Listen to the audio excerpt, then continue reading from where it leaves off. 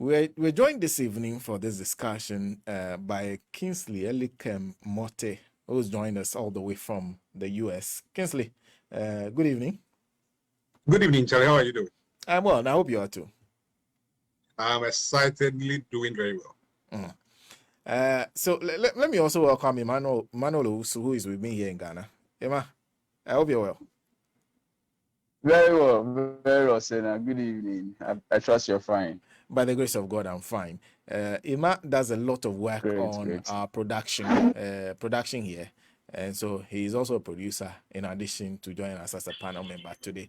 And then we're joined for the first time by Mr. Joseph Yamin, who is a former regional secretary of the NDC in Ashanti region, former deputy minister, regional minister in Ashanti region, former deputy minister for youth and sports. Good evening to you. I hope you're well. Yes, by his group we are managing. I'm reporting from a different location. Other than what you know me to be from. Oh, you are in a different location.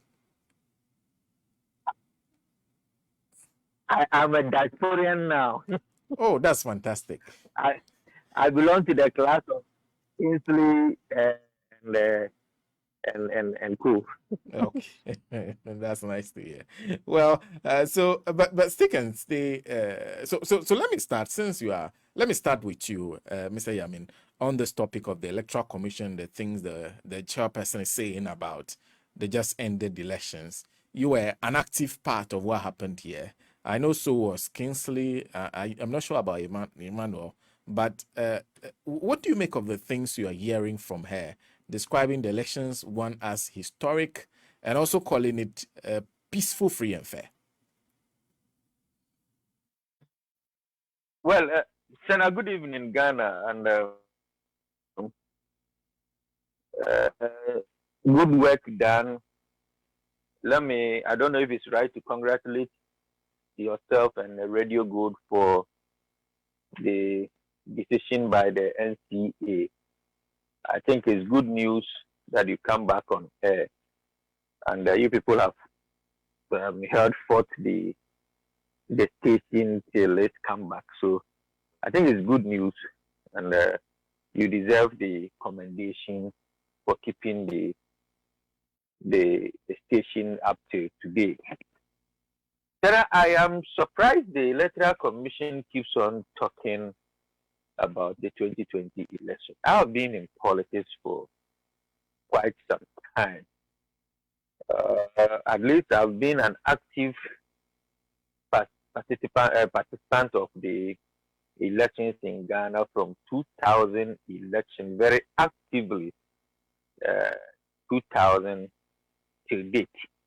And I can easily conclude and say the worst ever elections we have ever witnessed in this country is the 2020 election.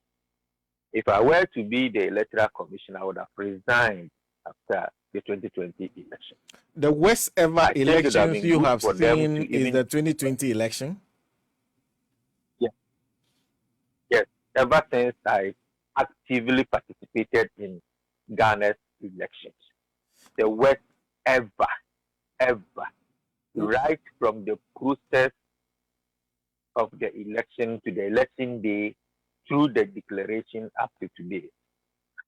And so my point here is, number one, if you go through, and the reason why I say the Electoral Commission shouldn't be talking about this is the caliber of people they find themselves working today, especially the EC chair and the deputy EC chair.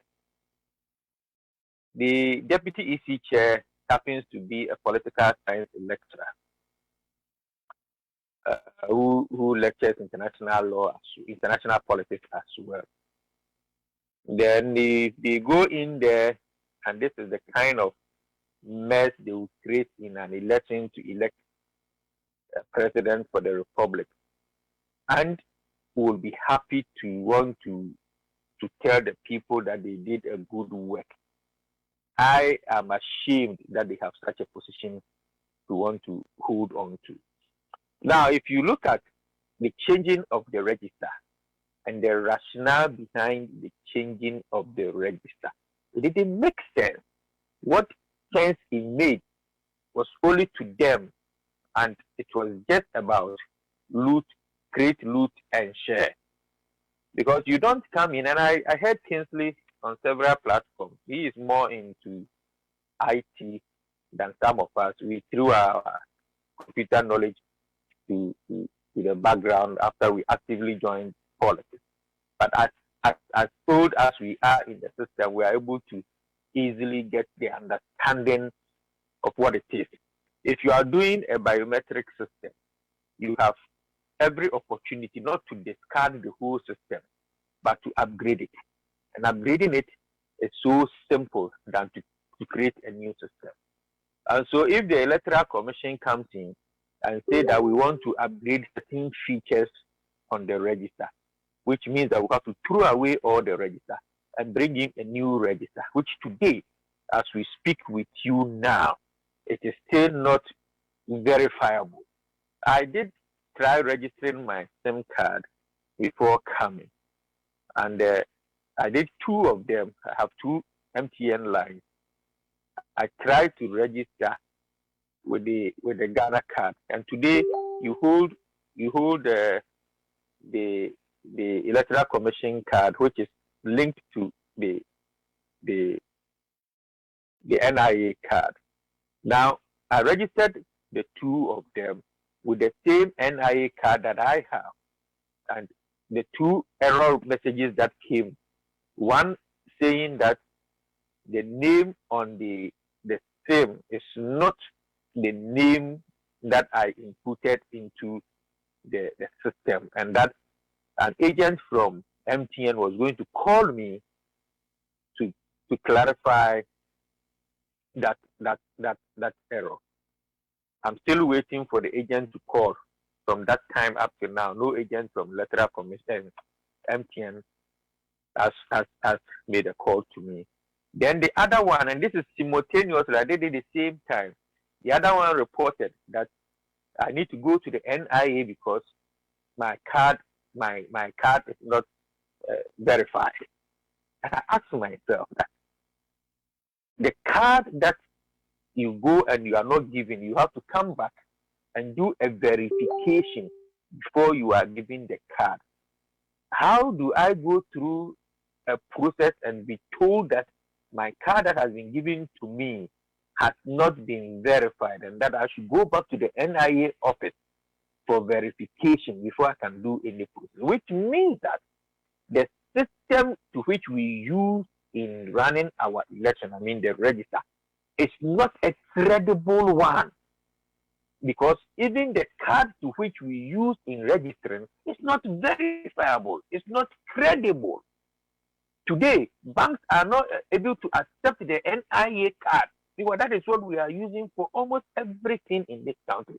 So when you have Bosman and the Mensa coming to say that what they did by throwing away a register which was credible, which was verifiable, which was accepted at every point, to bring in a new one, which about 2 years now is not verifiable, it's not accepted, then you are happy you have created a problem by trying to solve a problem. That is one. And when you go through the registration processes itself, this is the first time you have the Electoral Commission allowing itself for a government to dictate as to who and who should be on their register. And they come in to say that they don't provide security. Meanwhile, it is the Electoral Commission that requested for security. Now you go in, when I was monitoring the system in Ashanti region, you go to places where they are dominated NDC sympathizers, and they will bring armed policemen, armed military men, who actually are not military men and policemen, but put in military uniforms to ensure that people do not register in those areas because it's perceived to be an NDC stronghold.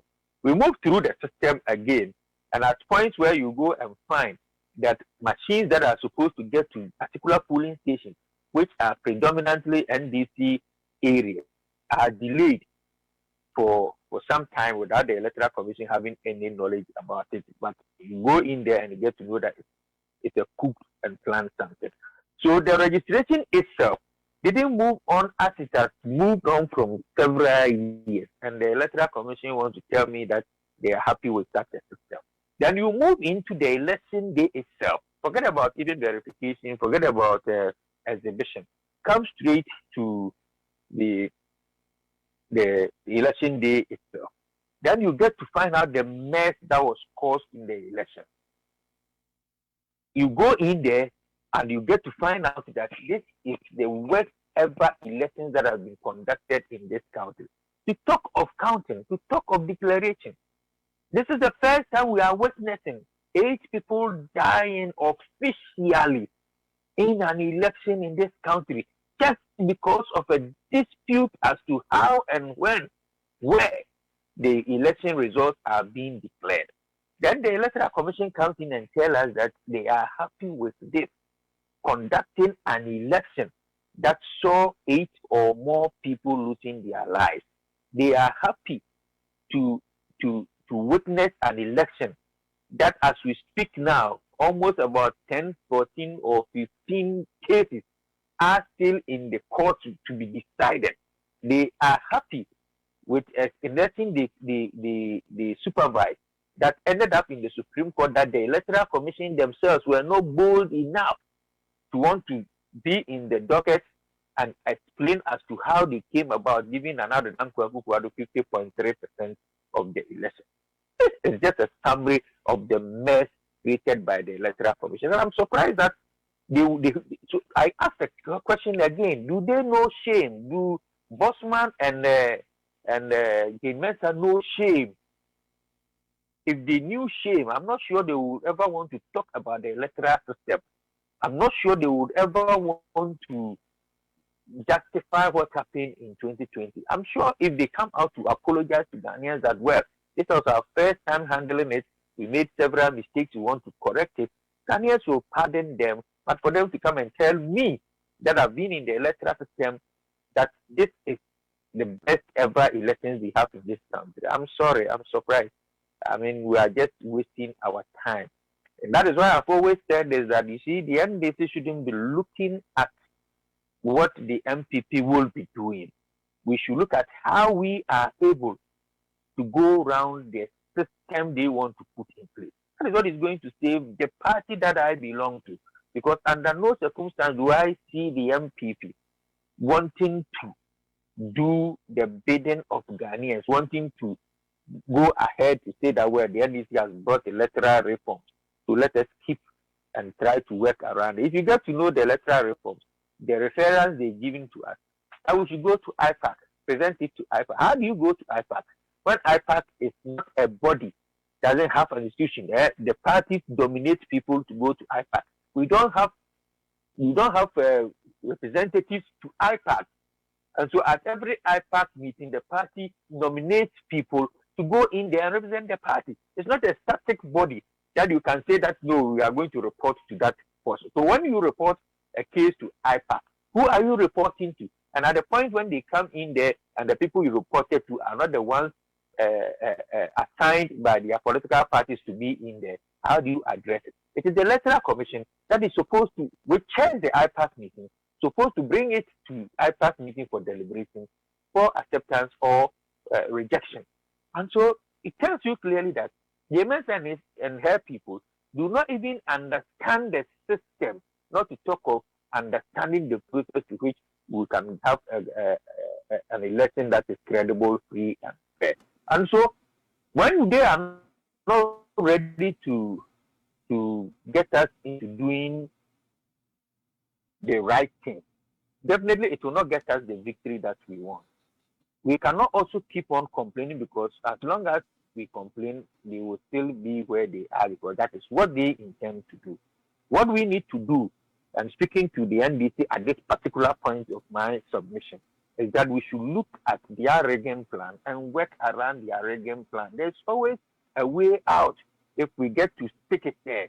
When they give you a math question which is so difficult to come by with the answer, you still have to sit down and try to work it out. Definitely, you will get the answer if you want to crack your brains to want to solve it. If you get the right solution, the right equation for that particular question, you should be able to solve it. It may take you some time, but you still have the answer. And so we should not be so much convinced. We shouldn't be looking at the Electoral Commission. We shouldn't expect that they can do something better, because doing something better will mean that the MPP will lose the election. The Mensa, Bosman, and others are pure MPP people. They want to see the MPP win elections. They are happy when the MPP are declared victors of the elections, and will not do anything that will easily get their people out of power. So relying on whatever they think they want to do will be detrimental to our success as a political party. Let's look at what they want to do. Let's get a very strong team to want to monitor what they want to do and get us ways through which we can work around it. And even in their rigging plan, we'll be able to win an election out of it. So to me, having been in the political circles up to now, actively being in politics, observing elections up to today, the worst ever elections to be conducted in this country is the 2020 election. Well, I'll come back to you, of course, because you're talking about a few things, including what the NDC should do. I've taken note of some of the suggestions you are putting forward. But let me jump to Elikem Mote, who was also a key part of what happened here. You were here to observe the 2020 elections. Is it one you call? She also describes that historic. Do you agree that it was historic? Sena, let me greet you, and let me also greet our cherished viewers and listeners. Unlike my brother and colleague Joseph Yamin, I do not congratulate Radio Good on this announcement of the NCA. I'm sure we'll get to it, but just like many people have said, I think that this is a dangerous setup, and we'll get into the details later. Now, you see, was it historic? Yes, it was historic. And just like my brother Jamin just said, this is the worst election we have ever had in history. Now, let me go back a little bit. Before 2020 elections, there was some things that happened in Ayawaso West Wogan. And we saw a commission headed by no less a person than Emil Short. Unfortunately, I think that Dr. Nana Dodan Kwaku-Fado underestimated Mr. Emil Short and made him a commissioner, and everything went completely different from what he was expecting. Now, when Madame Jimmy Mensah went to the commission, Sena, go back and look at the video again. They asked this woman, were there armed people calling themselves national security that went to our police stations? This woman looked at Ghanaians in the face and said, no, there was nothing like that. The gentleman who was asking the question went back and read the Kodio report that clearly stated that there were armed people terrorizing people in every center of that election. Madam Jean Mensah said, to the best of my knowledge, I did my own investigation and nothing like that happened. Sena, I can continue and on and on and on. I'm saying to you clearly that Madame Jean Mensah is one of the most dangerous things that have ever happened to Ghana politics. I can prove that in any platform.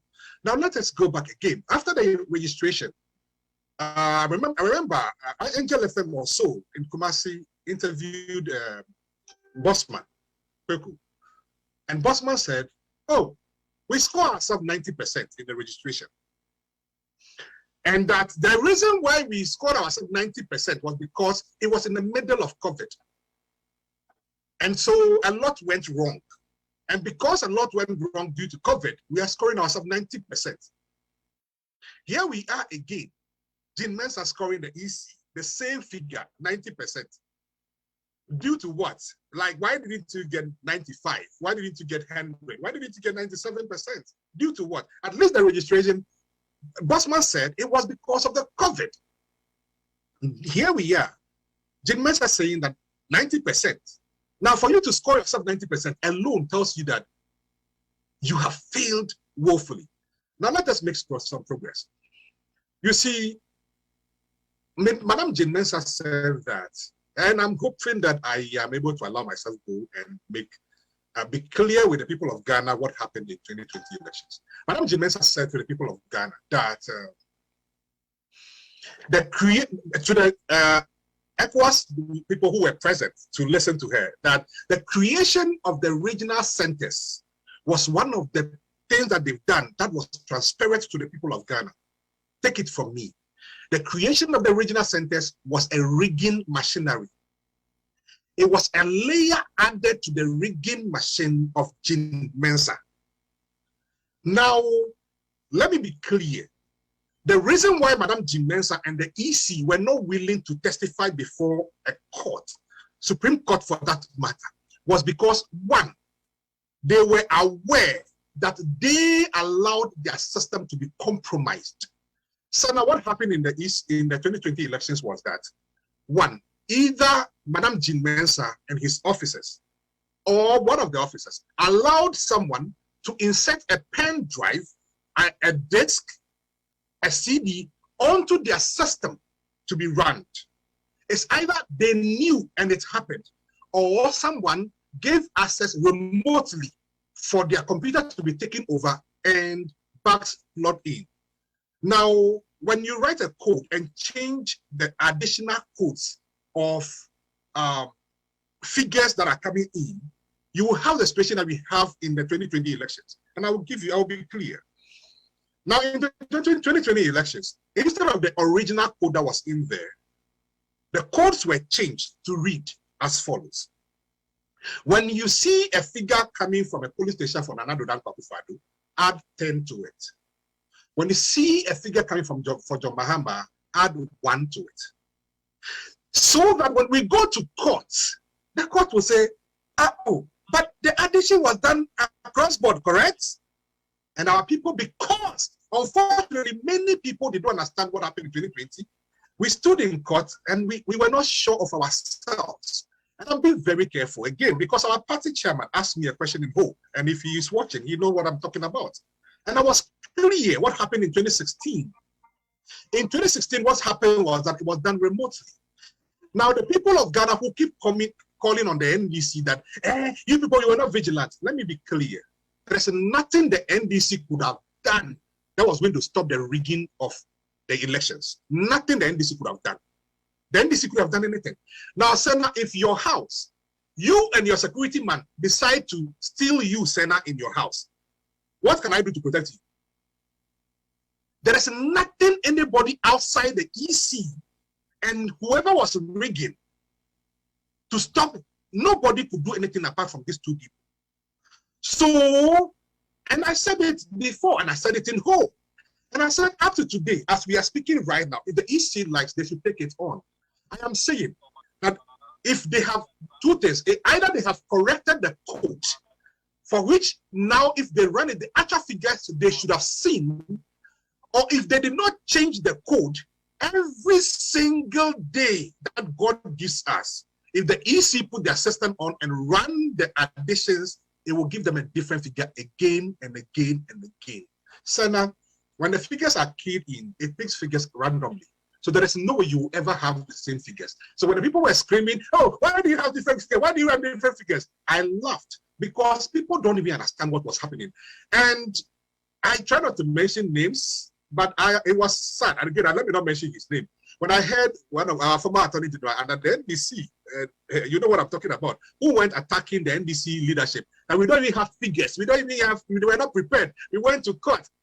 I was laughing because, again, he was clueless. He's completely ignorant of what happened in 2020 elections. And I tried hard not to get into this election matters, but there was no way. The reason why the EC just has to stop at a point and run to the Registrar General and gazette the results of our election was because so long as they keep running it, up to today that we are speaking right now, if they keep running the system, they will continue to get different figures. If they have stopped running it, two things. Either they have gone in there manually and added figures, or the figures does not match the figures that they put out. Fact. Now, if Eric, are you saying that even as we speak now, with Yes. all the data available, the EC cannot, under any circumstance, give us one figure that we can cross-check and be sure that is what happened in the 2020 elections? Absolutely. The only way the EC could have given you a same figure to match this lie is the EC have gone in and have eliminated the code that was used to declare this result and manually added figures to make sense into the system. And if they did, they should put out the figures and then match it to any police station, any regional result, and see if it will match. It will never, ever match. Facts. Now, Madam Jimensa should be clear in her mind. Two things, If Madam Jimensa was not aware, testifying wouldn't be a problem. Sena, how difficult is it to tell the truth? Sena, your name is Sena. If I say, come and defend that your name is Sena, how difficult should it be? The only difficulty is defending a lie. And she is clearly aware. Why? Everybody was screaming, look. And the courts, one of the biggest problems in Ghana is, again, unfortunately, because our courts just will some silly authority, they want to jail everybody because, hey, when you say that, they don't want to, it's as though people don't want to listen. It's a problem in our country, Ghana. Up to today, we are still reading laws and we are still reading judgments in King James English, hearing thereafter the plaintiff, and thereby, please, let's go up. There has been, we are known to run a country, and this thing that we are doing right now is not helping us. You are a court, Any Legon lecturer, any UCC lecturer, when a student says that you have marked my result, my exams, and I feel that I was cheated. When you go and appeal to the University Council that this lecturer marked me wrong, what would the council do? They will gather, give you a paper for somebody to read back or to look over. The NDC appear before you that we know that we were cheated. You don't tell the NDC to defend their result. I know what I wrote in my exams. I said I was cheated. If you are willing to listen to the truth, you will. Why? How difficult is it? The court would have just employed 20,000 human beings and rekeyed in a figure if they absolutely wanted the truth. But no, the issue was not to find the truth. It was not. It was just to defend the lie. And defending the lie can be very difficult. Can be very, very, very difficult.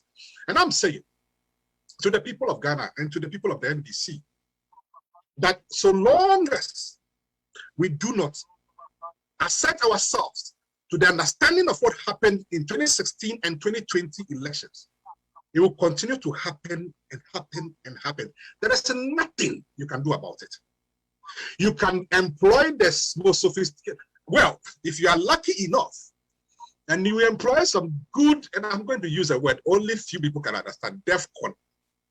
If you can employ the very, very best in DEFCON, probably, you may be able to protect the EC from what happened in 2016 and what happened in 2020. What is DEFCON? Because, let's not get into it, sir. If I tell you, I will kill you. Because your whole analysis is built on the fact that this has nothing to do with, because a lot of people say vigilance on the ground, making sure your polling agents are doing their job, making sure those at the collation centers are doing their job, making sure everybody down the line is doing their job. That is what will ensure you protect the results that are supposed to come to you and ensure that those that go to others are the ones that they got. You are saying that could not have happened under any circumstance because it was out of the hands of the political parties. And you are proposing a solution. I'm saying, explain to us what that solution is. We understand what you say about the coding and everything. How does the solution work? I'm saying to you that the results that came from the polling stations were not used. They were only used as a launch pad and figures added. And again, you see, the unfortunate thing is that why? When Sami Jenfi was putting out figures clearly from constituencies, police stations, some people in the NDC pretended as though they didn't listen. And the court pretended as though they didn't listen. The documents were clearly put in the document that Chachu presented to the court, proving to the Supreme Court judges that this is what happened. The figures from the police stations will not solve the NDC's problem. 2024, if you sit down and you don't scream on top of your voice that this is what we know you are doing, and that if you go do it again, we are going to court. This time around, we are doing A, B, C, D. If you are not clear, look, so long as the thief continue to steal your money from your back, when you put it under the table, when you get to work, and you don't tell the thief that, look, I'm aware that when I come to the office, I put my bag under the table, you steal my money, they will continue to steal you like that. It will continue to happen. So no, 2016, Sena, you can just stop. Don't worry about me. Let me keep going. Just Google. Our systems were compromised in 2016 elections, and read to the people of Ghana what the EC said. The EC was clear. Again, what happened in 2016? Unfortunately, a lot of people don't understand. That is the issue with our country. People don't seem to understand. Just Google it and it is right there. The EC was clear that our figures kept changing. Our figures kept changing. 2026, 2020, the figures kept changing. What do you think that made the figures to change? It is not the figures from the polling stations. It is not the do or die in the polling station. I'm sorry. It is not the boots for boots in the polling stations. I'm saying to you that what the NDC, MPP did, what the EC in conjunction with whoever was interested did was that when the figure, and again, that's why I said the regional collation center was the main place that the majority of the rigging happened. It was just another layer. So this is what happened. From the police stations to the collation centers, if you are smart, you can leave it alone. You can leave it alone. Then from there, everything that happened from there was electronic. Mind you, if you want to know the genesis of this whole thing, go back to 2012, the court proceedings and the judge and the questions the MPP was asking in the courts. Listen very carefully. Listen to the part where they were talking about electronic transmissions. Now, when electronic transmissions was done from the regional coalitions and constituency coalition center to the region, now take the regions one by one and see if any of those values are real. None of them is. So when the transmission was being done, the code takes effect. Now, mind you, in, for example, voter region, the whole constituency will have to go in, the whole West, they all have to come in, right? And then the figure pops up in front of you and tell you it is 1 million. That was the beginning. Then from that region to the national, again, if you listen to Dr. Spencer White, he kept saying that some of the figures that we have from the regions were not what the EC was showing us. But again, nobody seems to have listened. Nobody seems to care. The regional, the constituency, if you take the paper documents from the constituencies, it is not. And there is a lot of this that we don't want to get into. Now, so no, this is the worst election that we've ever done. This election was rigged electronically. It was not rigged at the police station. The killing of the 8 people or so in Ghana was just unfortunate, very, very unfortunate. But it was not. It was not the. That was not there. And also, as for the intimidation and all of that, and the soldiers, it was just part of the trick. It was just part of the diversion to steal you proper. To steal you proper. Again, this was the first election. And the whole people of SAR, Sandoko Fiakpafu, Loklo, Bilikbe, their vote never counted in the presidential elections. All of them, their vote never, ever counted. I am saying, how did we get to the point where you give yourself a 90%? How did you get to the point where you give yourself applause? We should be ashamed of ourselves as a country. Even in 1992, we did far, far, far better. And that Farijan, we did way better. And that Madam Charlotte said, we did a lot better. Go back and listen to Jean Mensa when she was the boss of IEA. The statements that she made, she has went against every single one of them. I'm saying that this last elections was a sham.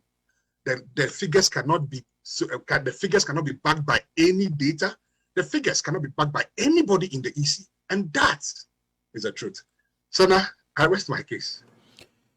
Thank you. Let me jump to Emmanuel Owusu for his thoughts. Ima, I'm sure you've been listening to everything that the other panelists have been saying. Let me just read portions of what she said especially the portions that had to do with the 7 people who died. She said 7. She said, we met with many challenges, but we surmounted most of them. And those we could not overcome, we have learned from. Sadly, 7 lives were lost. True, though this did not occur at our polling stations or arise as a result of misconduct on the part of ourselves, 1 life lost is a life too many. We trust that security agencies will share their findings and recommendations for future learning. The story of Ghana's successful elections in 2020 is yours too, for the story of one of us is indeed the story of all of us. Successful elections, Emma. What do you say? Sena, good afternoon. And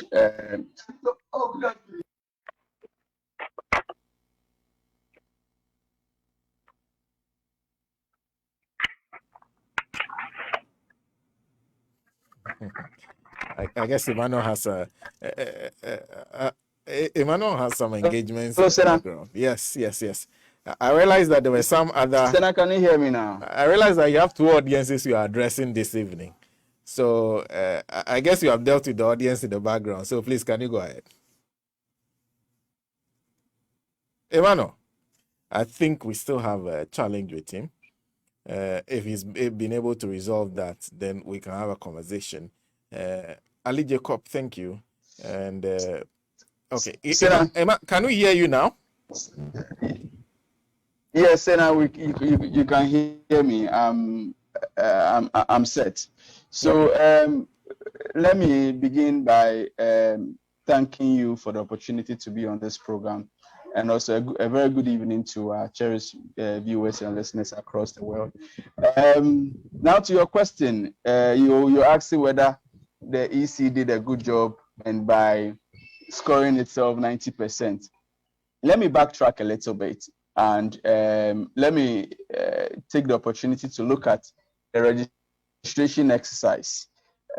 For the first time, we saw a registration exercise being done in silos. It was done as if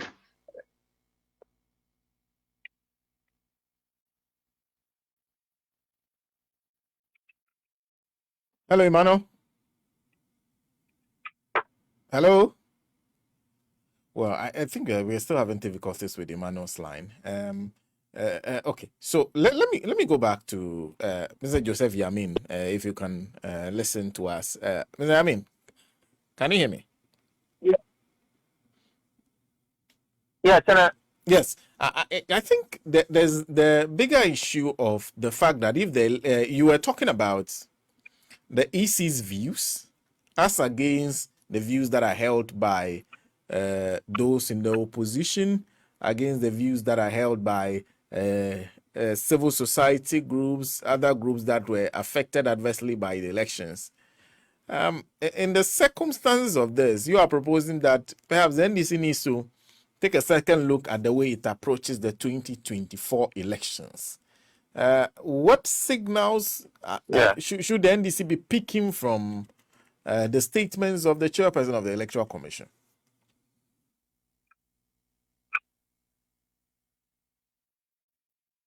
Well, Sena, you see, if you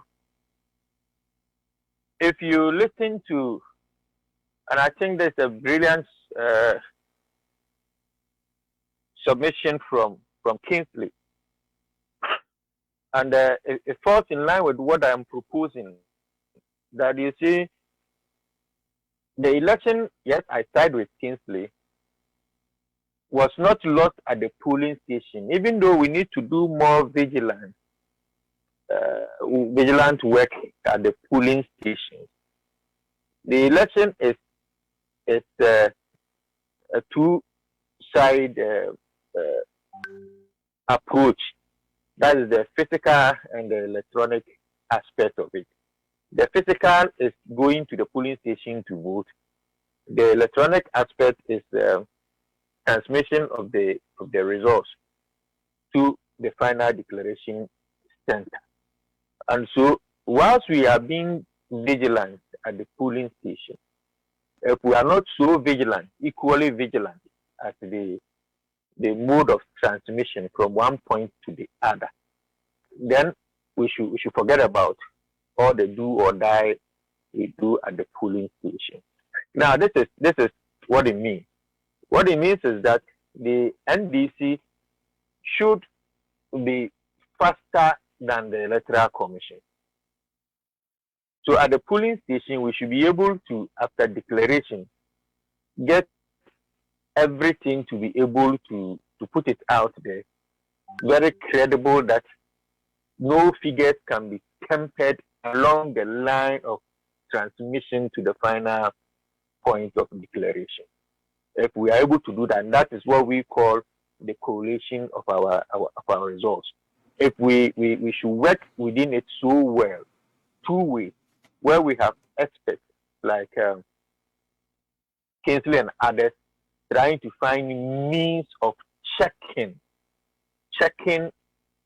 the process to which the elections are transmitted and declared, that what is put from the source will definitely be what will be out there at the final point of delivery. If we are able to check that, then we should also have a system to which we can get our results faster, which we will get it faster if we have all the method. And it is two-way.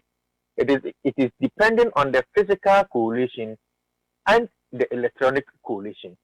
I think that in NDC 2020, we relied so much on the electronic coalition, leaving the physical coalition. But we, as a political party in opposition, will have to invest more to be able to beat the EC to its Reagan plan as far as the electronic coalition is concerned.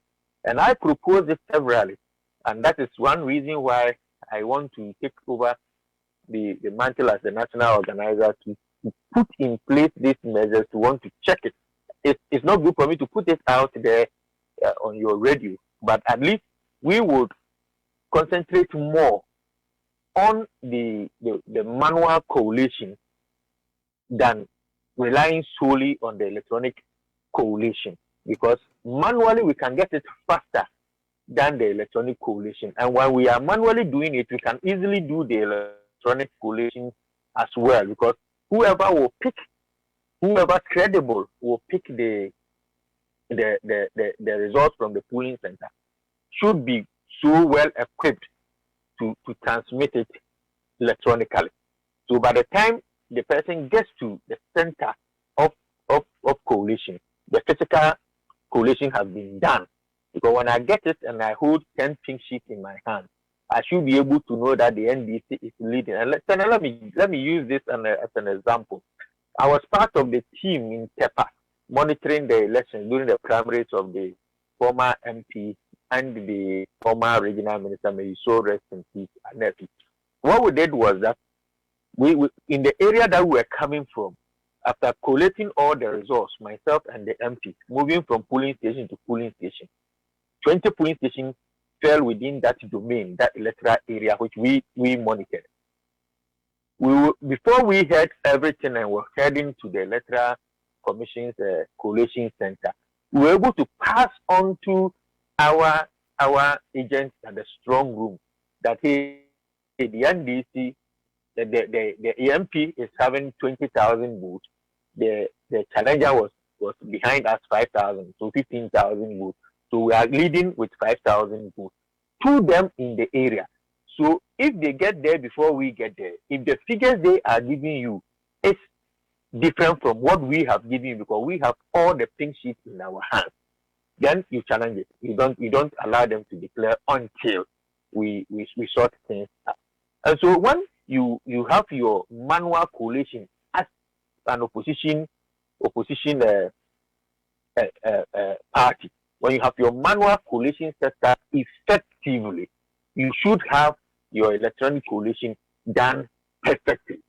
But where you want to sit down and rely on electronic coalition, that will send iPad to people. When you get it there, input it in there. When we know very well that areas that people are voting sometimes do not even have network, and the country has the control over the network and can jam it at any point in time. And so, as a party, we should be looking at doing things physically and faster, which to me is more easier, more accessible. I did that when I was the parliamentary candidate for Kwadasu in the Ashanti region. And I did it again when I was the regional secretary for the Ashanti region. And so in Ashanti region, I still have my thing sheet in 2012 with me as I speak with you.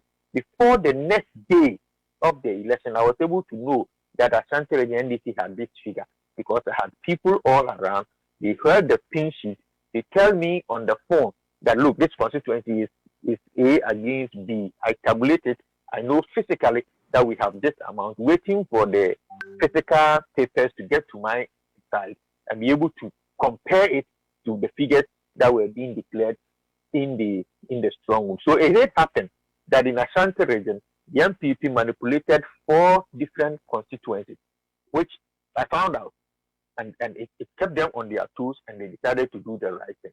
One in Menchia South, they added 5,000 more votes to the MPP vote and declared it on radio. That's the Reagan plan. They announced it on radio with a figure. But because I, the regional secretary at that particular point in time, with my team, knew the votes even before the figures were declared at the center, because we had collected so well physically. When they announced on radio with the figure of 5,000 more added to the MPP, I went straight to the Electoral Commission strong room and told my guy that, look, when the agent comes, when the electoral returning officer comes and the figures are not what I am giving you, challenge it. They came indeed and presented a figure that was announced on radio to the Electoral Commission. We challenged it. They sat down, we did the calculation, and indeed it was proven that they had added 5,000 more votes, which they agreed that it could be an error, and took it from there and went ahead to declare the original figure that we had. They did same to Oporikum, they did same to Obuasi West. All these they did, we were able to identify and challenge them. But we did that not because we electronically collated our figures. We did an effective physical collation. And when you have the physical collation, you're able to do the tabulation on your phone and know the figures you have. And even challenge before you get the physical documents to that area. That's one. And you're confident that you control it. This physical manual collation on the ground can be done in real time to compete with what is done electronically? Seriously, to me, if you allow me to operate, and I did a presentation on that. Unfortunately, it didn't sound so well to those I did the presentation with, and for that matter, we didn't do it. Can I look at this point? Let me put it out. I can't go into details, but I'll still put a little bit out there so that we get to see if it makes sense. That because I know people are listening to it. Look, you go into an area. For instance, it's a constituency that in Ashanti region we could win the election, and I told them that, look, when we do things right, for instance, with Tepa, you have 4 demarcations in Tepa. In one land, you have almost about 40 polling stations along a certain stretch. The villages, the polling stations are scattered along that line. It's a stretch road. You hit, you don't turn in the corner. You are moving. So I tell you that, look, get somebody who is more reliable, more credible, more effective. Get a motorbike for that person. His or her duty at that particular moment is to collate, pick the sheep, pick them from the polling center along that stretch, from that point to the main center. And by the time the guy brings the motorbike from that end to the motor, you have 40 pinches in your possession. That person who is using the motorbike is somebody that can do manual tabulation. So he picks 10 of the polling center. When he gets to a place that can electronically send the figure, he stand there within 5 minutes, send all these figures and proceed.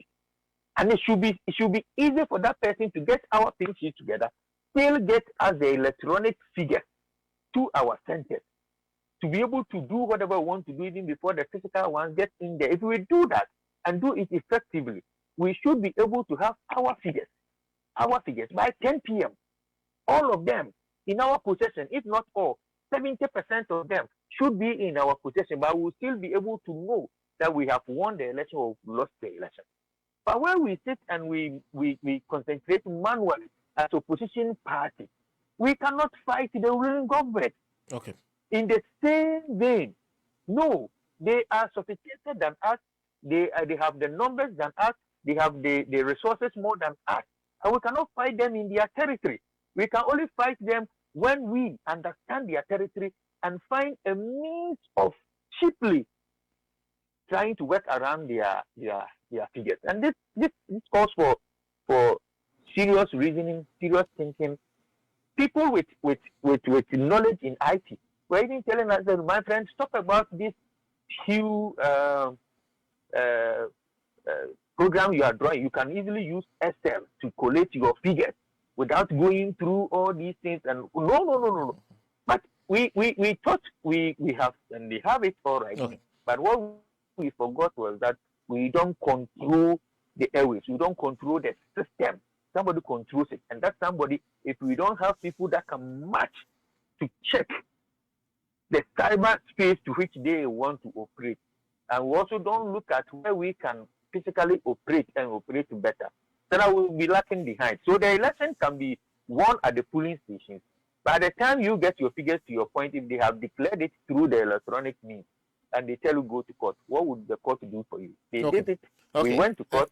We won. We have figures to prove that we won, but the court decided otherwise. Mr. Amin, thank you. And that's the proposal he is making. He's looking at a two-pronged approach, manual, and also whilst you're doing the electronic, the manual is much more important because it is. I can hear you. I can hear you clearly. I hope you can hear me. Hello. Yeah. I think there's a problem. Can you hear me? I was Wow. So let me move to Elikam Mote. In fact, he was talking a bit earlier about a report. Well, I can't hear anything again. I don't know if they. But we can hear you clearly. Yeah. I'm sure everybody can hear you clearly. Okay. I'm sure everybody can hear you clearly. If you can hear us now. Well, Kingsley was talking a bit earlier about the story in 2016, and this is from Modern Ghana. Our figures changed anytime they were keyed into system EC. And the story is that the Electoral Commission said its results transmitted electronically were tampered with, leading to a delay in the release of presidential results of last week's election. According to a deputy chairperson of the commission, George Nampokwa Mankwa, the figures kept changing anytime they were keyed into the system. They therefore had to completely abandon the electronic transmission system, she said in an interview Wednesday. The elections management body kept the nation on tenterhooks several hours after polls ended on Wednesday without a single certified presidential results. In absence of the certified results came declarations of victory by the MPP and cruising to victory pronouncements by the NDC. The media also announced provisional results from polling stations and collation centers, creating a chaotic atmosphere for supporters who did not know which of the figures and declarations to believe. After almost 12 hours of the polls, the EC chair, Ms. Charlotte Osei, organized a press conference claiming the electronic transmission system had been compromised, for which reason they had to rely on manual system for transmission. Not a single constituency results were certified to be announced at the time of the press conference. Simultaneously, the EC's Twitter handle reported that the ECF site had been hacked and called on the hackers to respect the integrity and independence of the Electoral Commission. So let me a quote from Madame Georgina Pokwa Mankwa, is a former deputy chairperson of the commission. She says our electoral commission was not even, our electoral transmission was not even coming. You key in and the figures will change. You key in and the figures will change. Then we said, no, we can't go on with this. Let's abandon it. The good thing was that that was not the primary source. So it was good for us to abandon it. The only problem was that it caused us some delay. We could have done that much earlier than what we did. Alikam, yes, okay, so this is exactly what you were talking about, but then you go back to 2020, you go back to the television stations that operated, and you hear a lot of television stations, media houses, radio stations actually saying the same things the Electoral Commission ultimately came to declare. So where's the anomaly there? Sena, I'm glad you were able to read this on there. And to be clear, the EC did not do the manual tabulations in 2016 because a meeting was held. And again, I'm being very careful on this show not to mention names. A meeting was held and the EC said they will need a minimum of 2 weeks, days to 14 days to, they said 10 to 14 days to do the manual calculation. And so at the time, the person who the box stopped with said, listen, there's no worth holding the country onto ransom. Let us go with the results. And so the results we went with the results. There is a million things the party could have done after the elections. And so let us not get into it. But again, the same thing happened in 2020. Now, I insist that so long as you continue to allow the same thing to be done to you, they will continue to do it. We tried, but let's not get into it. Now, you see, past elections, 1992, 1996, 2000, 2004, 2008, the excitement of our elections has always been that Peace FM, Joy FM, everybody, they would have been on the grounds, and they would have been mentioning figures. Some of us stayed up 3 days, 4 days, nights, and writing figures down one by one. In 2026, I can tell you for a fact that what happened was that major radio stations, major TV stations, every single one of them were heard. Facts, they can scream about it. They don't have figures to support the 2026 figures. They do not have it. Why? The first election that our gazetting delayed the most was 2026. And there was a reason why. As a country, we need to know. And as a country, we need to know. Now, then in 2020, why? You think that TV3 just went on air with what? You think that TV3, were they really sure? Did they really have figures? What took TV3 to go? We can tell you, this is a statement of fact. We can confirm, verify 275. So all of that was what? Because they were not in charge of their own figures. TV3 was not in charge of their own figures. Joy FM for the first time never called the elections in 2020. Nobody could call election in 2020. We have had elections where the winner is winning by 50 point something, and then the loser is getting 48%, and yet Joy FM is able to call, and rightly so. But in an election where the EC is claiming that another got about 53%, nobody could call it. Nobody could call it. Why? Radio stations are that weak all of a sudden. Sena, look, I'm saying that there is so much we have to talk about. We can't say everything on radio. But our election figures, look, no human being, the EC is very aware. They cannot defend this. I don't mind being called upon, but to be called upon and intimidated is what Ghana has become today.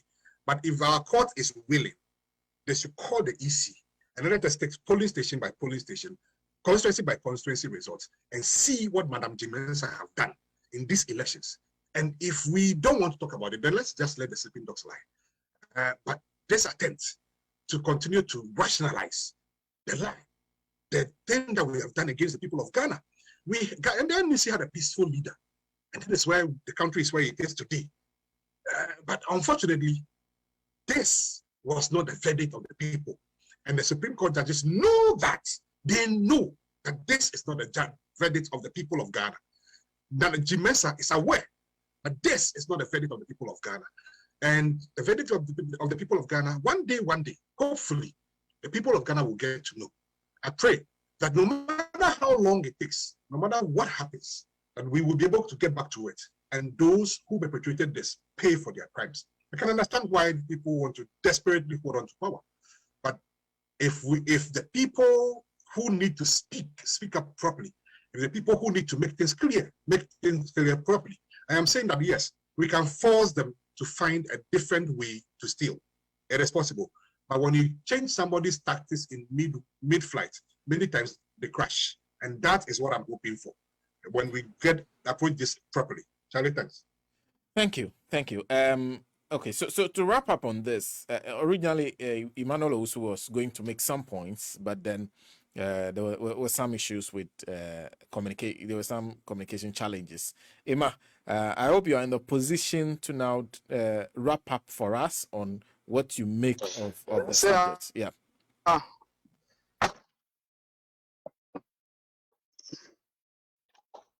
Hello, you can go ahead. Sena, I do. So, okay, great. Sena, what I would say with regards to what the EC thinks about the 2020 election, is that I think the EC have not been fair to Ghanaians to say that the election came up as at 90%. The key question I want to ask the EC is that what metrics, first of all, what's the scorecard? What are they scoring themselves by saying that they were able to 90%? Because if we don't know the scorecard, if we don't know the metrics at which they are measuring themselves with, it's very difficult for Ghanaians to assess whether or not the 90% they are saying is correct. Because you can see that right from the registration, the elections was conducted in silos. I mean, from various centers. I mean, we saw, we witnessed issues of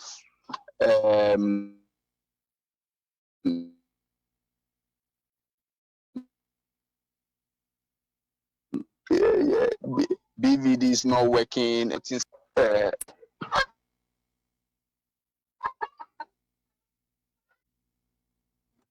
Hello. Oh, well, I think those issues may have returned. Well, so what we'll do is that we would allow Emmanuel also to fix the challenges he has with his network. We'll also move on to other issues, of course. The next issue that we are discussing, Mr. Yamin, if you can hear me, is someone who has been to the studios of Radio Gold during the period when we're off. But we have lost Mr. Yamin too. And so I'm left with Kingsley. Kingsley, you are saying you agree with the suggestion that the statement that was issued by the National Communications Authority was a gimmick? Yes, indeed. Sena, we are in a country where it seems as though we take things for granted and people do things the way they want to, and when you want a radio station license, and again, I drop a short response when the NCA made the announcement. But we are in a country where we are in a country of rules and regulations, and we are in a country where you can apply for a license, and license is either given to you or not given to you. Today, even after the injustice that was done by the NCA in 2017, just after Nana came to office, making sure that, look, I don't want anybody to criticize me. I don't want this to happen. And so let us just close down this radio station. Find a way. You got to find a way. And they found a way to close down these radio stations. Call it what it may. For someone who claimed that he was a champion of dissenting views, for someone who claimed that he was a Democrat, it was rather unfortunate. People pleaded with him, people went, people tried everything, and no, it was no. And so after 2020 elections, and now that you feel like, okay, well, Abramo, this is becoming unfortunate. And then, of course, they also needed money. So let us reopen this and let us call them, let us tell them that, hey, come back, come and pay so and so. And by the way, you have to take classes. Sena, stop calling it a workshop. It's class. You have to write exams. It is not, there is not, workshop for what? You are going to attend a workshop, and the word there was, after successful completion. How do you successfully complete a workshop? You attend classes, you write examination, and after you have passed the exams, they will now give you a license to practice. In Ghana, what even our medical doctors, in the US, in the UK, medical doctors write examinations every year. By the way, even artisans, electricians, carpenters write exams just to keep up with what is happening. medical doctors who have lives in their hands are not even writing examinations. They are not taking, I mean, they do some little reading, but it's not as what we've seen in other countries. Radio station is being asked to come and sit down in classroom, attend classes, and take exams at the end of the year, at the end of the period to issue license back to them. What I am saying is that, you see, the money that is involved in paying to the NCA every single year, in this year where radio is so obsolete. Again, I understand the gimmicks. You see, we need to be radical thinkers. We need to think generationally. If you are thinking in yesteryears, yes, we used to have AM radio, GBC1, GBC2. It's gone. It's gone. FM radio is leaving. You know, we now have XM radio, we have satellite radio. It is where we are now, social media. The question you need to ask yourself is that what is the biggest radio station in Ghana today? I don't know, Peace FM, City FM, Joy FM, maybe. How many people listen to them every single time they turn on, they are broadcasting? Radio Gold is in Accra. Today, we have the likes of Kofi Adoma, we have the likes of Chene Jonas. Chene Jonas get on live, and in 3 minutes, he has 10,000 viewers. 10,000. It is free. You don't have to pay anything for it. I'm saying that if I have my own way, I will sit as a Radio Gold management and think very critically. Radio Gold is a crash station. Again, yes, I understand that people are driving home. People will have to listen to radio. But the amount of money you have to pay the NCA every year, if you run a promotion and give free credit to people, you may be doing way better. But you don't have to pay this money to the NCA. You will still get your adverts. If you are able to push and get 20,000 people listening to you at any time people tune in, that will be the goal. The NCA right now have no clue. They don't know how. They cannot. There's no way the NCA or Ghana government at this point can regularize going on Facebook Live, on YouTube, or on Instagram, because by so doing, so what if I'm going to live in my school reunion? I mean, am I supposed to pay something before I go live? You can't do some of those stuff. And because some of those things cannot be done, I wish that the Radio Group just said, to hell with you, we don't need it, we don't come to the class. You want to give us a license, tell us how much we owe. If we want to push that money into it, so be it.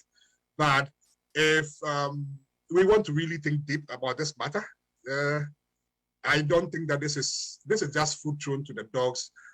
You will still go to the class, you will still feel, just like we've seen the illegal thing that has been done in Ghana Law School and Anando Danko Akufo-Addo. People pass the law school and still they tell them you will still not be admitted, even after passing. Radio Gold can still go to the class and still pass and still not be given the license. You embarrass yourself the more.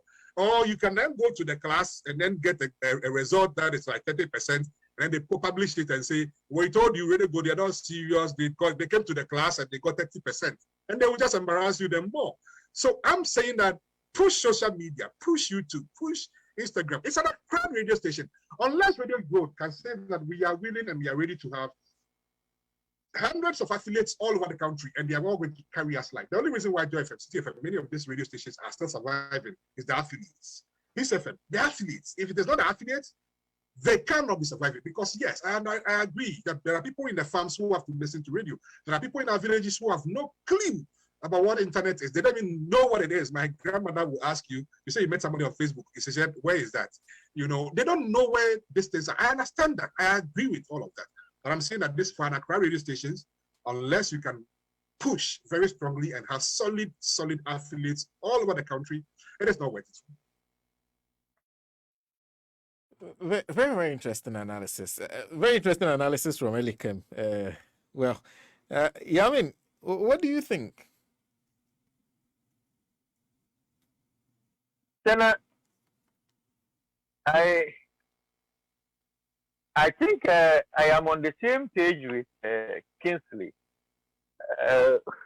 Probably we have something in common, and that is why we seem to agree on almost everything. But unfortunately, the lines aren't so good that it keeps dropping, and so you don't get to the question from the point to point. But clearly, we are talking about how the we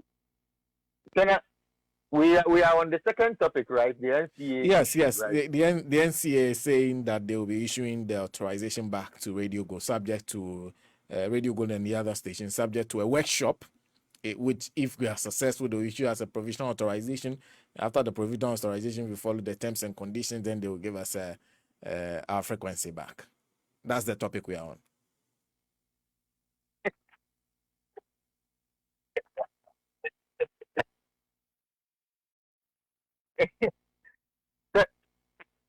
Sena, you heard me laughing, or you saw me laughing.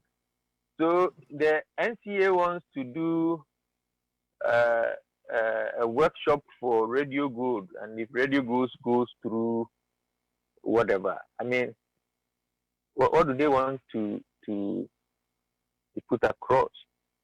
Radio Good, capital radio in Ashanti region, one of the pioneers as far as radio is concerned. Most of the people you find operating in other radio stations were groomed, nurtured by Radio Good.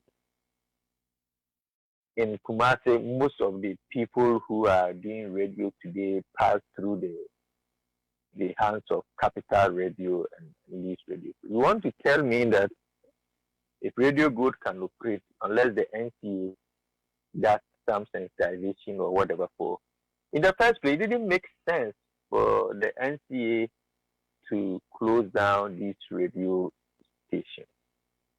One, from the economic point of view, if we are analyzing it from the economic point of view, then we can clearly say that this government didn't think through before taking an action like the one on Radio Good and other radio stations.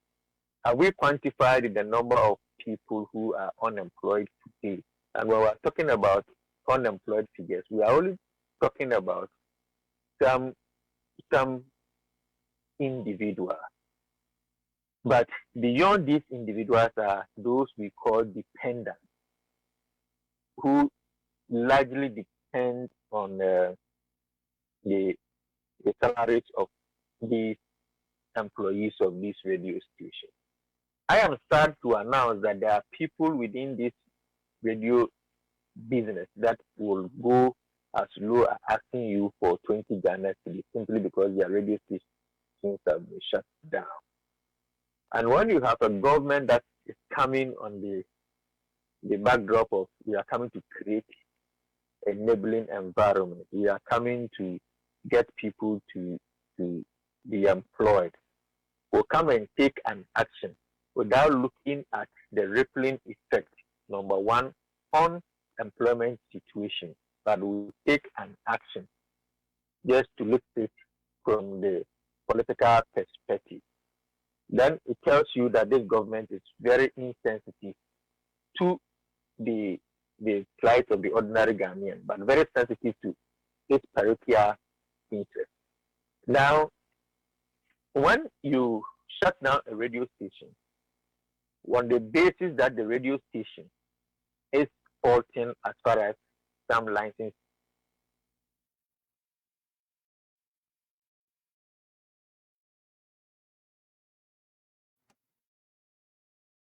Mr. Yamin?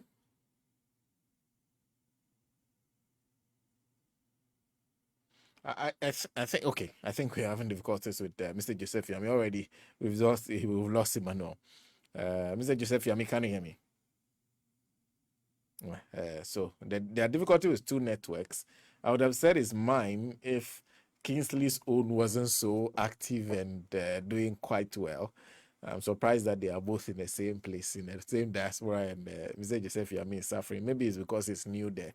Kingsley, I'm guessing there's some experience that I need to share. Can you hear me now, Mr. Yamin? I can see you now. Yeah, I can hear you now. It keeps reloading. It goes off and reloads back. So I don't know, probably. Sena he brought Nanado's economy to the US. Yes, he's a new diaspora. I think the Ghanaian network is following him about. So MTN everywhere you go. you can't leave it. You can't leave it. Well, Mr. Ami, we're making some points on what happened. In fact, you are at the point where you were talking about I'm job still creation. using my Ghana number. Oh, that explains it. That explains it. Yeah. If you work for you here, can't work for you outside the country.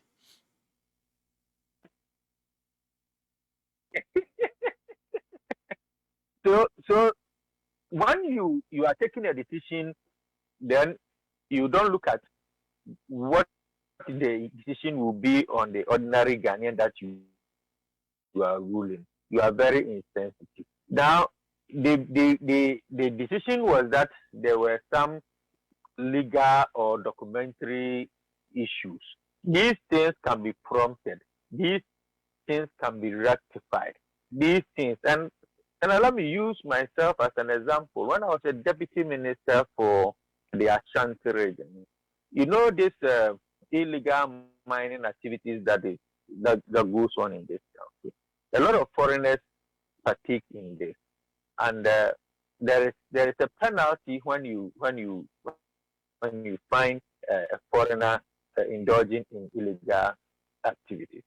When I became the deputy minister and we're doing operations to clamp down on foreigners indulging in illegal activities, when I arrest you, I give you to the immigration. I ask them to charge whatever penalty is on that offense before we even take an action on it. So when you flout the law, there's a penalty you pay.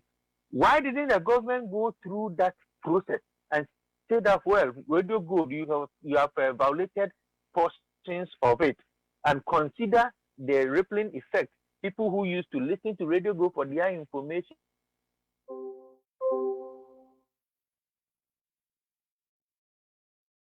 Oh, I have lost Yamin. But let me go back to Elikem, because he's talking about a shift from the traditional to social media. But one of the challenges and the difficulties is that when you work in the radio industry, it seems a lot of companies are more interested in working with the traditional frequencies and dealing with people with the traditional authorizations and everything than social media as we speak. It takes a lot of work to get some adverts onto your social media platform, and that even they are selective with it. That's so. Don't you think a balance of both is best? Indeed, again, I'm saying that traditional radio is great. It's amazing, at least for the next 2-3 years, maybe it is. But I'm saying that the Radio Good can also jump off the ship and begin to dig. Are you saying to me that Kofi Adoma, an individual who can fetch so many companies advertising on his platform, all these social media guys, all these YouTubers in Ghana today who are getting adverts? Many people in Ghana are surviving on YouTube adverts. You are saying that a whole organization may not be able to perform like them, than them, and especially a station with a solid 6 million backing it, like the NDC. Minimum, if you're able to get 100,000 people listening to you, Accra, Kumasi, Tamale, and some few places, you are still a winner. And if you go to any of those are numbers you can back. Those are solid numbers you can back. If you go to any company and say, hey, I carry 100,000 number of people, look, you will be able to find salaries at least that many of these radio stations were not even able to do prior to closing down. I mean, with the money that you are paying to government alone, if you keep that money in-house, that is still solid. So the question that you need to ask yourself realistically is that what is the size of our market today in radio, in Accra? And what is the biggest listener? How many people are listening to them right now? And compare that realistically to many of our social media people today. That is on air. They get on, like I said, actually, just 3 minutes, 10 million, 15 million in 3 minutes. Like, if a radio station today is boasting, and if you push a little bit harder with solid programming, you should be able to do 50,000, 100,000. And if you're doing 100,000 people in per program, it will be sad that some companies will not be excited to be on there. And again, you don't have to run everything. You know, you keep your money, millions of Ghana cedis that you pay to Ghana government, and you will motivate people who will be willing to work. You see, for you to cause a real change in people, you have to do some things that are insane. You know, I remember when Elon Musk, Tesla, said he was going to build a car like he's building today. People were like, you are crazy, you are insane. So I can tell you for a fact, I will be shocked if anybody meets Elon Musk again as the richest man in the world. Because you know what? Last year, even being the biggest today, he had only one plant. Today, he just finished building a plant in Texas, a new plant in China, and a new plant in Berlin, Germany. From a company that was, nobody gave them so much chance. And especially when they got into the solar industry, they failed woefully. And the guy at his annual Congress this year, just 2 weeks ago, was talking about building airplanes that runs completely on solar energy, you know. And again, somebody will say, that is insane, stupid idea. So now if you go to Abraham in heaven today and say, Abraham, today we have something that can fly you from Egypt to Ghana, he will say you are crazy because they used to use donkeys. I'm saying that one of the things that I got fascinated about Ramon Asayakoto, the guy who started the Youth Empowerment Party in Ghana, and when I sat down with Ramon, he said stuff that were crazy to me. And at the time, when people said that you will be able to get internet on your phone, get email on your phone, we were like, are you crazy? This is impossible. You can only get your email on the laptop and the desktop. Today, we have done more than that as a people. When we were using the Twitter, it was insane. And this guy, Ramon Asayakoto, told me that he was doing coding that was going to make sure that, Sena, as you sit right now in your studios, you can be able to click a perfume, and somehow between the combination of the airwaves, you should have a pen drive that you can be able to perceive the smell of that perfume and choose whether to buy it or not when you're buying online. You're about to buy food from Papa here, and you should be able to click and then at least perceive the smell. It was insane to me. It is happening. It is happening. So I'm saying that you can choose to be a pace setter. You can choose to be in front of the market. You can choose to be whoever you are. Or you can also choose to be the traditional person.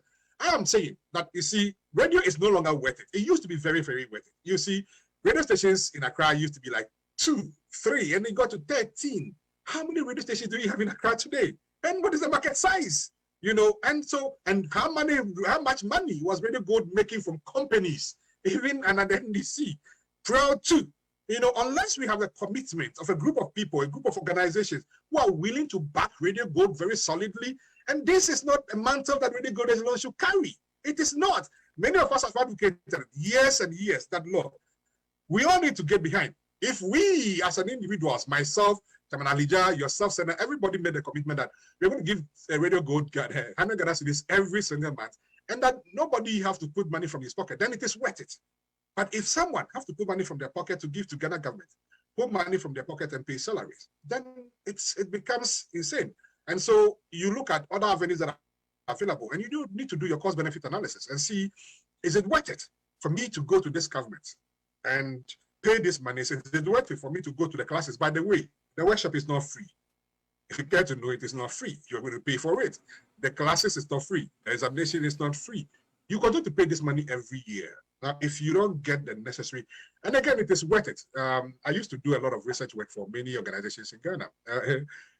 I'm sure that they should be really going to be able to find some consultants that they can pay to do a simple research for them. I did the research that caused the integration of mobile companies today in Ghana, where you can have one phone number and have the same number for all the networks. And that is why I used to have the same number. We did that, we published it back in the days when I was in tech. So we have done some works for HFC, market surveys, and many other things in the past. And so you can go into the market and see what is the size that is out there. You can go into the market to see what is available to you. And if it is worth it, well, absolutely, yes, why not? that is what companies are meant for. That is what researchers like myself, we are meant for. We answer the questions that you may be interested in knowing.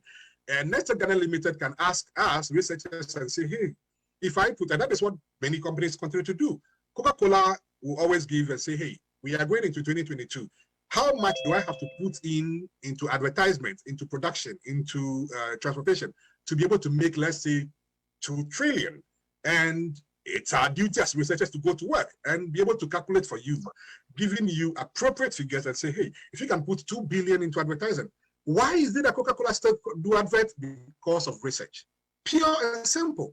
Today, my boss that I work with currently, he just got a $200 million money for us to do more research. And so research can answer everything if it is worth it. But let's not just be semantic about it. Let's not just say that, oh, it's radio go, let's just go. No.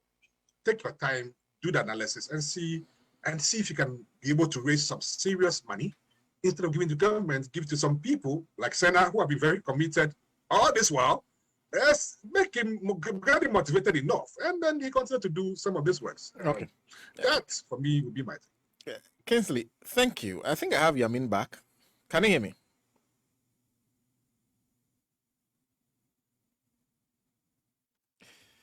Can Mr. Joseph Yamin hear me? Yes. Yeah. So you're making some points on this whole matter of the closure of the radio stations. Please wrap up for me, because we've also been joined by Sam Anzan, who's jumping for Ima. So Mr. Yamin, wrap up for me on that issue. Yes. So I was talking about the penalties to which Radio Good could have been allowed to pay, Radio Good and others, so that they could still continue to do the kind of job they do, the people they employ, the people that depends on those that they employ. But the government didn't look at any of these, went ahead just like that, decided to shut it down arrogantly. And I've said it, and I'll repeat it here, that you see, this government collapse people's business arrogantly. They are so happy that they collapse people's business in this country. The MPP are so happy. And if you look at the banking sector, if you look at the radio sector which they have come to collapse, the justification they give to the collapse of these things, it tells you that they don't look at the effect on the ordinary Ghanaian, but they look at the effect on them as a political party, on them as a government. And that is why Lord Comey will make such useless statement at the NPP conference, and they will be clapping. That Nanado says they are not going to hand over, he's going to hand over power to only an MPP presidential candidate, not any other party. Then the people of the MPP are clapping for. Lord Comey goes and says that I am not interested in who becomes the flag bearer. What I'm interested in is the MPP will continue to rule this country. And people are clapping for them. This is to tell you that they only think about themselves. They don't think about the people they are ruling. And I've said it again, that the MPP, the Nanado-led government, the MPP, are only interested in becoming a government and a president over a certain country called Ghana. Whether human beings live in there or they don't live in there, as long as there is a title to them, that one they are interested in. So they went ahead to collapse these FM stations, got people unemployed, moved out there. People's lives have been destroyed because of that action. Only for you to come back and say that, well, we are wrong, we are giving back your license. Then they say that they are taking you through a workshop or what. It doesn't make sense. What are they going to teach that Radio Gold doesn't know? What are they going to teach you, Sena, that you don't know? It doesn't make sense. And so to me, in the first place, they were wrong in taking that action. The second one, bringing it out, the decision they are taking, why should it take another time again for Radio Gold to start operating? When Radio Gold, after it's been shut down, has still been airing through the other forms of medium, especially what we are on today, and you still want to go through whatever. It doesn't make sense to me. In the first place, the move was wrong. it had a political connotation, had a personal interest associated with their political reasoning, and they did it just to satisfy themselves. They have succeeded in whatever they took that action for, and now they think that they can easily come out and just do whatever they want to do. It doesn't make sense. The Media Commission and others, where are they? This is the time we have to get to know that these people exist, that you can fight for your members. Sometimes we fight, but the kind of fight we put out there, if we were not fighting at all, that would have been better. Thank you. Since I have Sam Ansah joining us, let me take his brief views on this particular issue. Sam, he has been, when he came to Ghana the last time, he came to visit Radio Gold. He saw the state in which the station was. To you, I can get Yamin and Kingsley expressing some reservations. Do you have the same reservations, or you are just excited that perhaps the station will look better than it looked the last time you saw it? Sena, thank you. So, Riley, as you rightly mentioned, yes, I was there and I saw the state of the station, and I also read about the NCA release of the band and how people are excited. And I'm listening to Kingsley and Honorable Yamin, and I'm getting excited about their submissions, and I'm going on the same tangent. I like when Kingsley said it's about time really go sit down and rethink and think different from the norm. Because you see, I see this as a gimmick, as has been mentioned. NCA has a way, and think about the timing.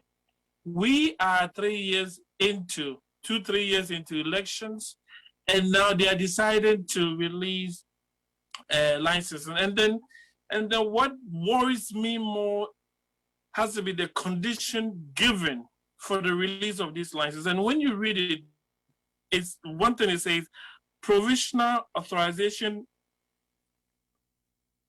shall be issued to successful applicants at the end of the workshop. And the workshop has to do with sensitization workshop. And then I went back to look at the word sensitization, and I'm looking at sensitive.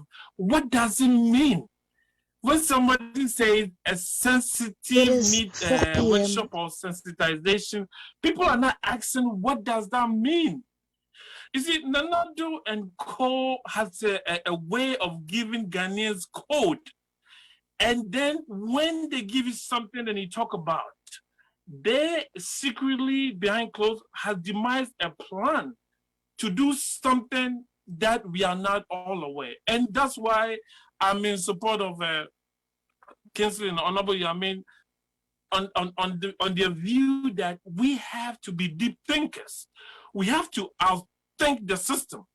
If we cannot read another's brain and outthink him, we will always be second to him. Radio Gold has to sit out and say, what does this mean? You give us, we were running a radio station, one of the biggest radio stations in Ghana. And you took our license, and look at how, the kind of state you have let Radio Gold, you've left us in. I came to Radio Gold, and I kept asking myself since I came back, how is Radio Gold going to re-engineer its facilities, its system to come back to where it used to be? Because I saw how the rooms are, the state of the rooms, the state of the building. It takes a lot of money to bring it to even average. So I'm going on a tangent as Kingsley. Radio Gold has to rethink. Go into the social media space. Try to see if you could dominate it. I also, at the backdrop, know that internet is one of the most key issues in Ghana. I mean, to be able to run an internet radio smoothly or social media smoothly, you need to have your internet ready to go. Instead of putting money to NCA and Nanado and putting more money into Radio Go's facilities, I think Radio Go should sit back and see how can we get a strong internet that nobody can tap into it and destroy it for us. If that facility can be put in place, I think Radio Go can outsmart all stations in Ghana, because look at it, all these so-called big presenters in Ghana, from Communal Dumont to Seva Kind, name them, they all came through Radio Gold. And now look at what they've left Radio Gold into. I think if Radio Gold can sit back and let them ignore Nanado and his NCAs and go back to the drawing table and rethink and think deep with the support of the diaspora, I think Radio Gold can win the so-called Asempas and the Joys and the CDFMs. Radio Gold is well situated to win, because right now NCA, you cannot trust Nado on anything. People call me jubilating about Radio Gold is back, and I said, don't be so excited, because there's nothing to jubilate about. There is a game plan by this government. I mean, what has Radio Gold done differently that they should come back and say, okay, if you do so-called in-code sensitization workshop, we will give your license back. Why is Radio Gold the most out for beautiful radios in Ghana? Is Radio Gold singing another's tune? What is Radio Gold doing that has attracted another to say, let's release their license? There is a game plan. If we can sit deep and rethink about a new strategy and outsmart Nanado, then I'll be excited about Radio Gold. Until then, this so-called NCA authorization to prove Radio Gold and other stations, I don't buy it. Even if they do approve it, there is a game plan out somewhere, and we have to decode that brain, the so-called weak government brain, and make sure that at least we are outsmarting them, playing the game to outsmart them. That's how we will win. Until then, Sena, I'm not comfortable with the so-called NCA release of approving Radio Gold and other stations. Well, thank you very much, Samansa. Samansa volunteered to join us when Emmanuel started having difficulties with his network. Emmanuel, in fact, he arranged the panel and everything, and then he himself cannot stand. Wow, it's the Ghana network. And Mr. Yamin is finding out that even if you leave Ghana, it follows you. If you carry it, it will follow you and treat you the same way. But how do you understand? How do you understand everywhere you? Well, I didn't even know that he should have understand the deeper meaning of that. It's a simple, straightforward word. Everywhere you go, so where you carry it, it will be there. So we're moving on briefly on this last issue. The indications from the Control and Accountant General, they've issued a public notice, not a directive.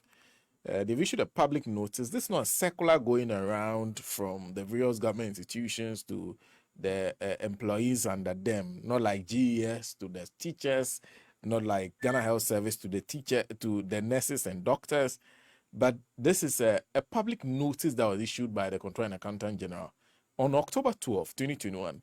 I'm looking at it. It's on their website. It says, as part of Government of Ghana's efforts to deliver speedy, secured, and verified payroll services to government employees and pensioners who are reducing the risk of undeserving payments or claims, the Control and Accountant General's Department is collaborating with the National Identification Authority to have a harmonized database to facilitate biometric and unique identification of all workers on the government payroll.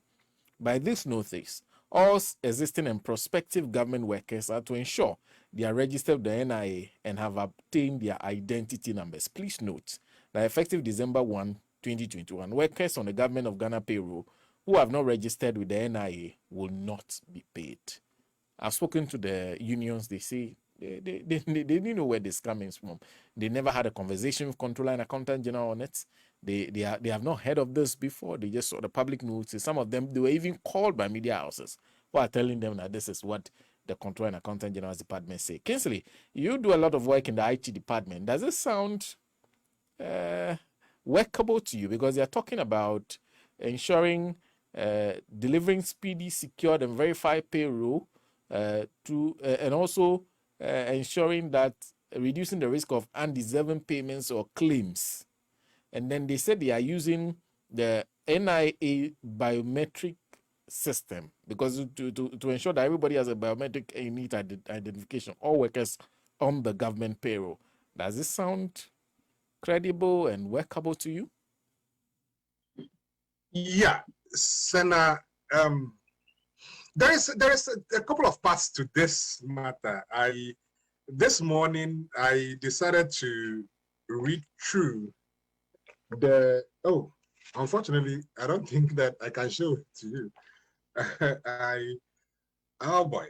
So I was trying to show you something. Okay, here we go. I was reading through the act, the National Identification Act, Act 750, and the Labor Act of Ghana, Act 651. Now, and of course, I'm very aware of the amendment of the National Identification Act, Act 750. I am completely aware of the amendments as well. The amendments had nothing to do with stuff like this. It had everything to do with the changing of the forms. It had things to do with the adding of the GPS identification and all of that. I mean, the semantics that happened, we all saw it. Now, the issue in our country is that we do not want to deal with things appropriately the way they are supposed to be done. We are in a country where illegality can be done legally, okay? And I'm showing you this act because there is nowhere in the National Identification Act that says that this is going to be a mandate for your payments as a worker. There is none. And again, under the Labor Act, and I was trying to read the act that the Accountant General Act, but again, there is nothing nowhere. Now, who is the Accountant General? Who the heck are you to tell the people of Ghana? The Accountant General has absolutely none. Again, I understand that there is issue with ghost names in our register. And so I can understand and I imagine where this is coming from and where this is going to. There have been a lot of work that have been done with the Ghana Statistical Service and the Accountant General's office to make sure like some of these problems have been tackled and dealt with. But if we absolutely want to deal with this, we could have as a country, but we don't seem to be dealing with it. But it is not right, okay? Accountant General is not an employee. You are a payee. You are an officer within the Ghana government, and the Ghana government is just supposed to pay these people. That is all you're supposed to do, pay them. You don't have the right to tell the people of Ghana. It's unfortunate because, you see, like all of this thing that we are talking about right now, we can talk about it and discuss it at the end of the day. Take this matter to anywhere. Take this matter to anywhere, and nothing will happen. Nothing will happen. You can go to court. We can go to any place we want to as a people. Nothing will happen. And so that is the dilemma here.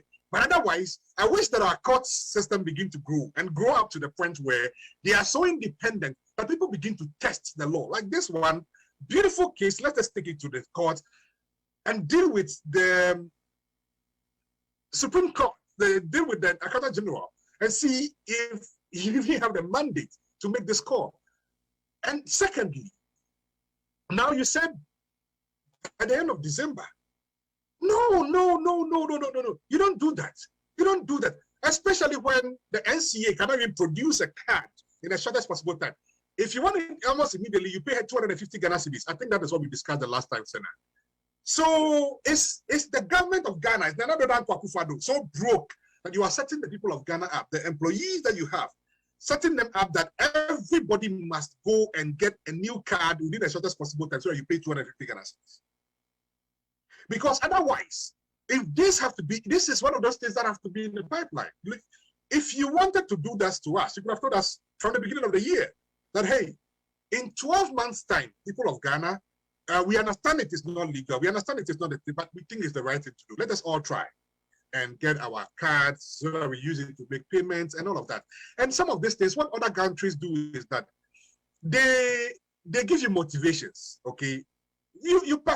Any Ghanaian who links their card with their employment and all of that, you get, let's say, 500 Ghana cedis, free money. And you do that and people will go for it naturally. But you don't just sit in your office and say, in 2 months' time, whoop, there's another that is in charge. So the accountant general, I used to be working in the Institute of Chartered Accountants, so I know most of the accountants that are in Ghana. I used to be in charge of examinations, so I knew a lot of them. Unfortunately, some of these people, it's sad that after all the brilliant things they've learned, they allow politics. Again, unless he is not, and I don't think that you can be. I stand for correction, but I don't think you can be accountant general in Ghana without ICAG pass ICAG qualification. I think you can be ACCA, but you cannot do without being Institute of Chartered Accountant Ghana qualified. I stand for correction. I'm sure the board members like Philip Atulik and Co. William Atulik and Co. will correct me when necessary. But so you don't do things like this. You cannot tie. Ghana card is just an identity that this person is a Ghanaian or not, for that matter. You don't link an identity with. You can link salaries and all of that with maybe social security card. That may make sense because you are thinking of the person's retirement and all of that. An identity card shouldn't be, and again, that is why many of us are advocating that we have a card that social security and identity license and everything is in the same thing.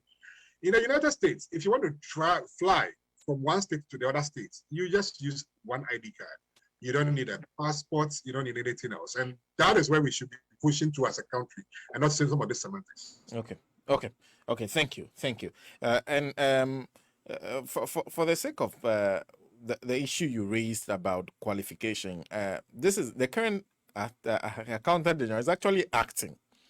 Mr. Kwesi Kwesi Mbosomping is acting controller and accountant general, and he is a chartered management accountant with 27 years post-qualification experience in both private and public sector.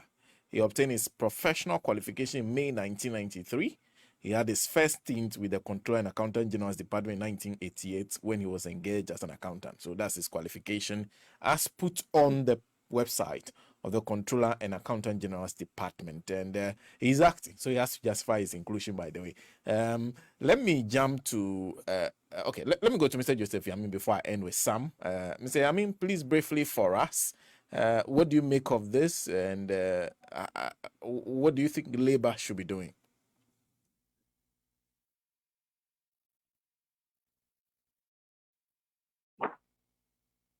Sena, there's something that we are not looking at, and it's a game plan of the MPP. You see, they just want to make the NIA card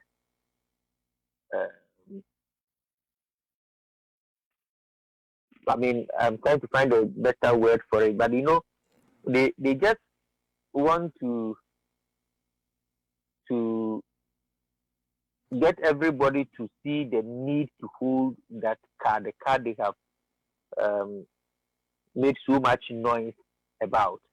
And people are not so interested in, so when they were even registering, you could see that people were not interested in registering because they don't see the need, the value of it, but they still want to make some political capital out of it, and so they would want to find every means to want to make every Ghanaian hold the card, not leaving it for people to voluntarily do that. And it happened. If you remember, in 2005, when they introduced the NHIS card, they made it mandatory to the point that even at certain points, they had to, that was where they introduced the teacher training sponsorship, that if you could go to any district to teach, you have to have registered with the NI, the National Health Insurance Card before you were posted. And so whether you like it or not, you have to hold the health insurance card just for political reasoning. So in 2008, it was one of the main campaign message of the MPP that 2,000 people have registered on the National Health Insurance, and it means that the policy is good and the government of the day is the only one that will continue it. When the NDC comes to power, they will abolish it or whatever. That is exactly what they are doing now. Because I don't see any sense in trying to link at this particular moment where the same registration has exposed the other side of it, that so many of the cards that we are holding in the system today are not verifiable.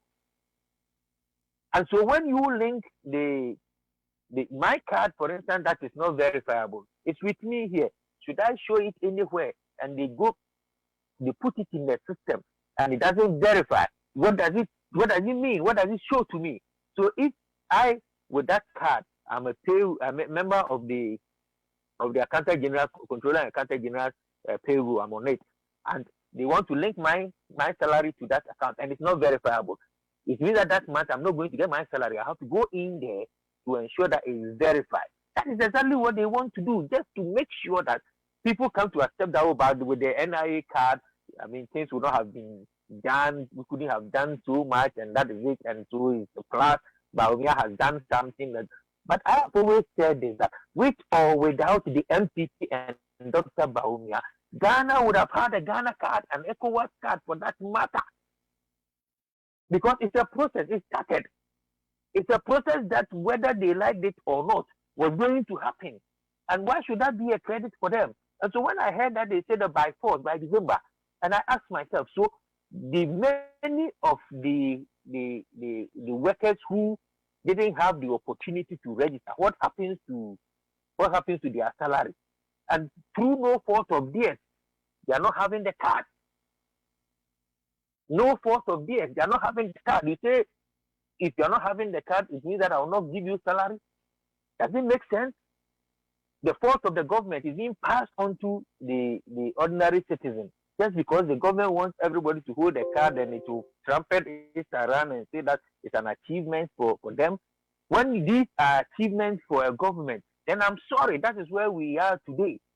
If a government is not priding itself that have built hospitals, have built schools, I have built airports, I have built railways, if government is not talking of I have built housing, and government is talking of I have digitized a system, and that is an achievement, I'm sorry, this is not a government we can be proud of. And so I think that yes, if we move to that system where we could easily verify somebody to that level, fine.